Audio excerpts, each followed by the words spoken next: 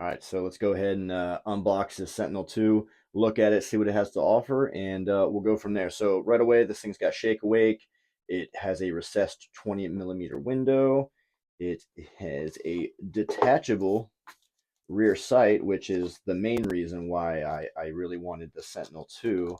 It's, again, RMSc footprint, and it's got those ribbed serrations for viewing pleasure. So here is the optic itself.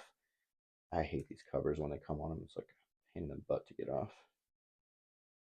So there it is.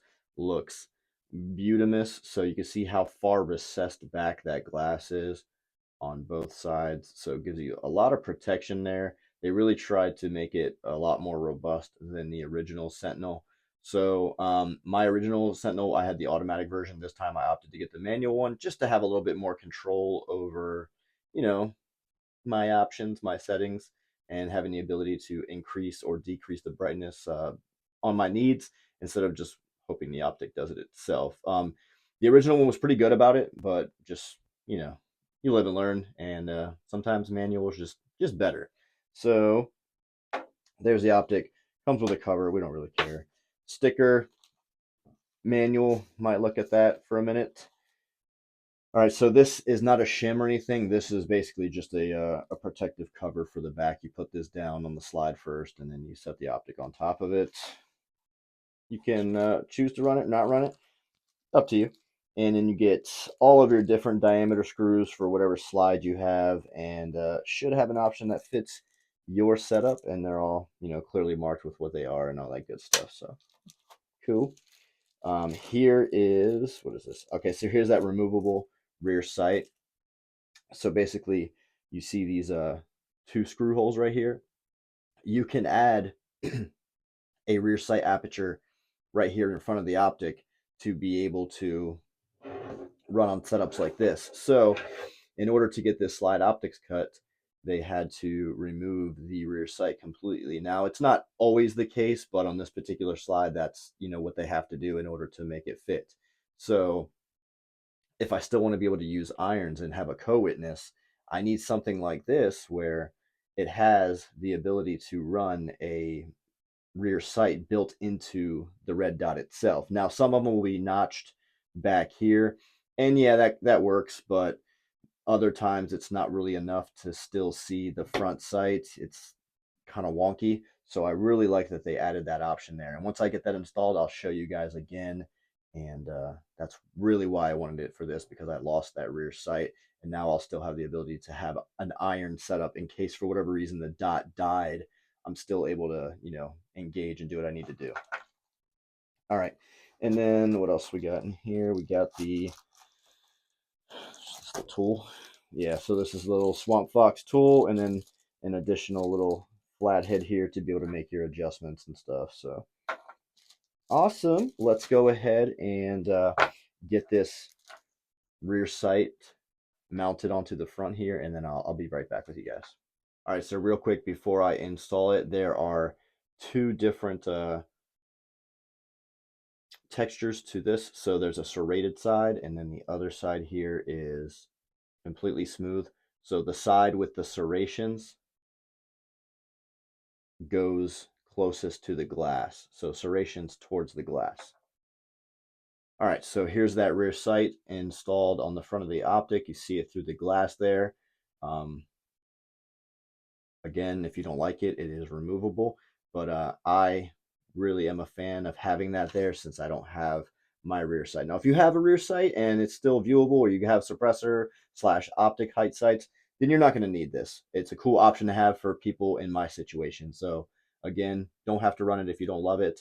I'm going to run it and see how I like it. So let's go ahead and turn this bad boy on, and we can see the dot. It's going to look blurry and starbursty in here, but I promise you it's not. So there's that dot, nice, clear, crisp.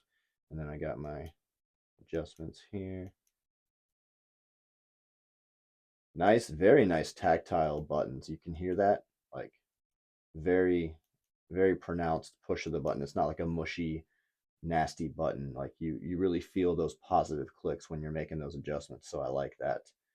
Yeah, I mean, sure, do I wish I had a top loading or a side loading battery? Sure, but I mean, with the life you get out of these things, changing your battery once a year, 2 years, I mean, is it really that big of a deal? Not at all. So you're not going to lose your zero. It's going to get mounted right back in the same exact location. Takes freaking 2 minutes to swap it out. Not a big deal. A lot of people cry about that. I don't really see it as a positive or negative. It's just, it is what it is. So yeah, cool.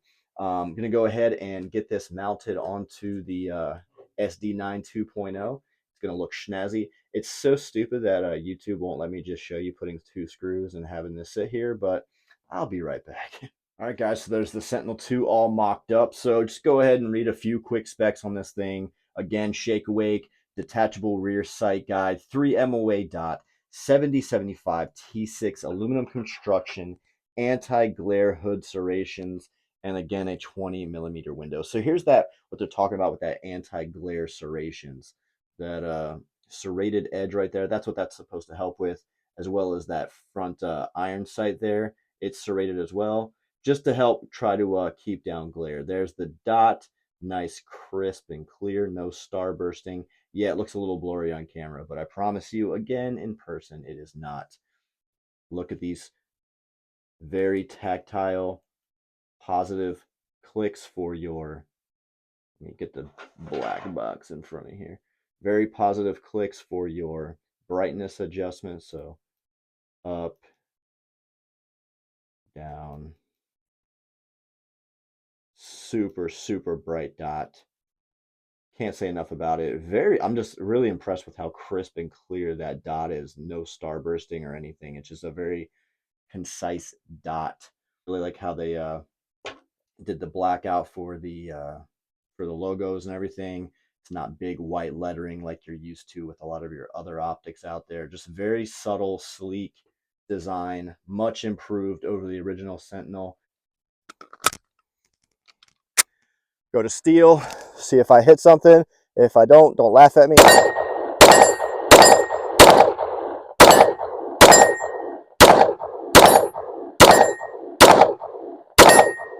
And this is definitely me. Sorry, guys. All right. Slow it down a little bit.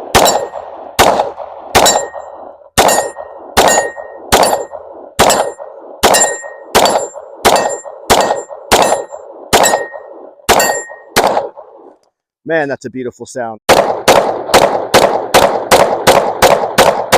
to steel. Again, slow it down for the steel because it's tiny. You see that? See that jump I had? Ringing it. All right. I missed.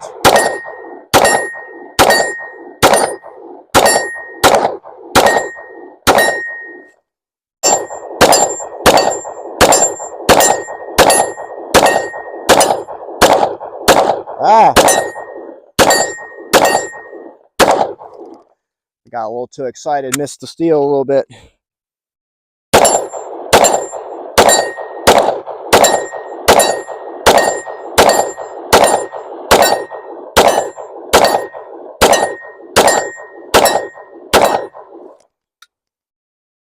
Beautiful! This steel is tore up. So I'm roughly, I don't know, like 20-ish yards.